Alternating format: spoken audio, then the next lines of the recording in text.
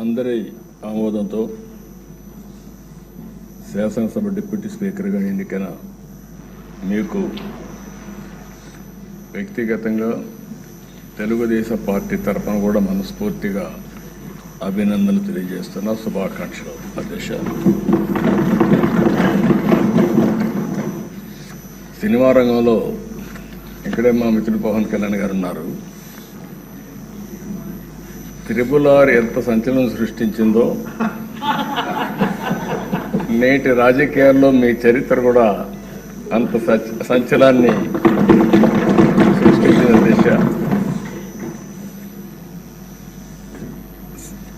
Triple సినిమాలో నాటు నాటు పాట ఎంత పాపులర్ అయిందో ఈ త్రిపుల్ రచ్చబండ కూడా అదే మరి పాపులర్ అయింది. దానికి ఒక చరిత్ర ఉంది.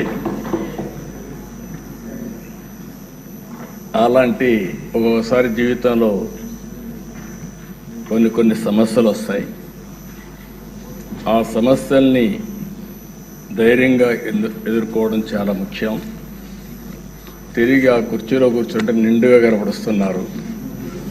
అందరూ కూడా ఆఫ్గా కొత్త కనపడుస్తారు, కానీ మీరైతే ఆ కుర్చీకి ఒక నిండుత్వాన్ని ఇచ్చారు. పంచకట్టు కూడా తెలుగు బిడ్డ పంచకట్టుతో వచ్చారు. చాలా సంతోషం. మిమ్మల్ని చూసినప్పుడు, ముఖ్యంగా ఈ కొత్త బాధ్యతలో మిమ్మల్ని చూసినప్పుడు చాలా సంతోషం కలుగుతూ ఉంది. మీరు తప్పకుండా మంచిగా రాణించాలని మనస్ఫూర్తిగా ఆకాంక్షిస్తున్నా. ఇక్కడ ఉండే మెంబర్స్కి అందరికి కూడా ఒకసారి ఆలోచిస్తే వారి ప్రస్తావన కూడా మే 14, 1962 విజయవాడలోని కనుమూరి వెంకట సత్య సూర్యనారాయణరాజు గారు, అన్నపూర్ణమ్మ దంపతులు జన్మించారు. ఆయన ఒక పారిశ్రామికవేత్తగా, రాజకీయవేత్తగా గుర్తింపు తెచ్చుకున్నారు. రఘురామకృష్ణరాజు గారు విశాఖపట్నంలోని ఆంధ్ర విశ్వవిద్యాలయంలో పోస్ట్ గ్రాడ్యుయేషన్ చేశారు.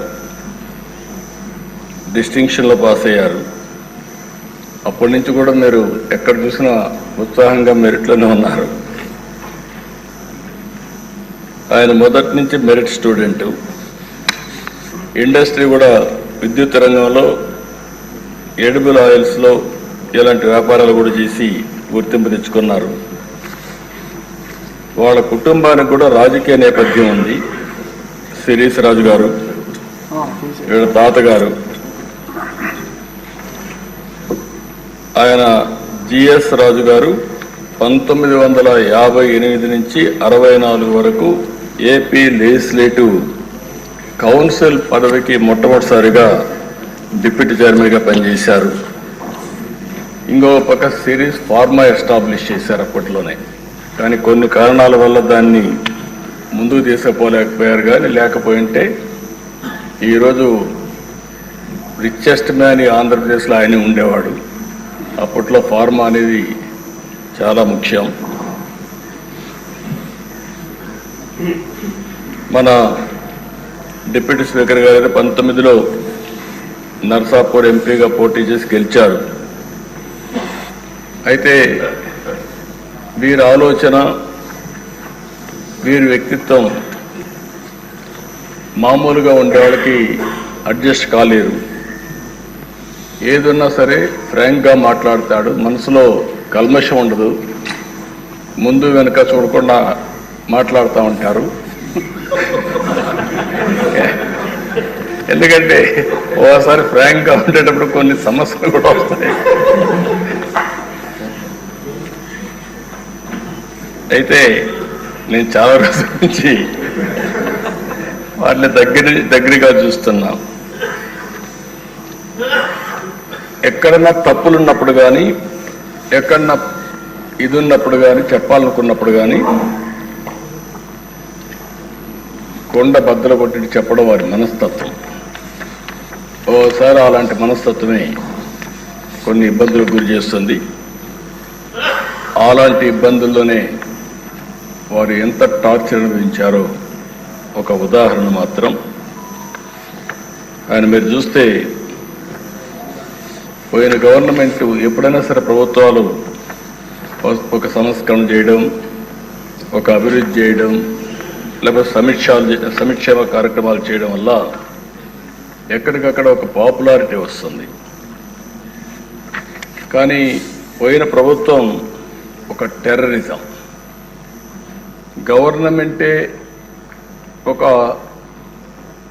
టెర్రరిజాన్ని స్పాన్సర్ చేయడం అనేది చాలా దిక్కలు జరగదు. ఏ కొద్ది ఉదాహరణలు మాత్రం మనకు ఉంటాయి.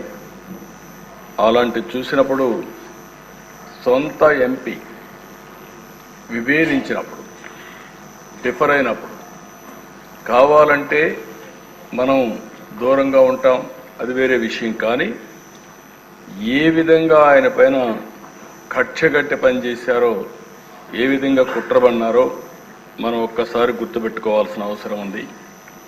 ముందు బెదిరించారు, భయపెట్టాలని చూశారు, కానీ ఏమాత్రం తగ్గలేదు.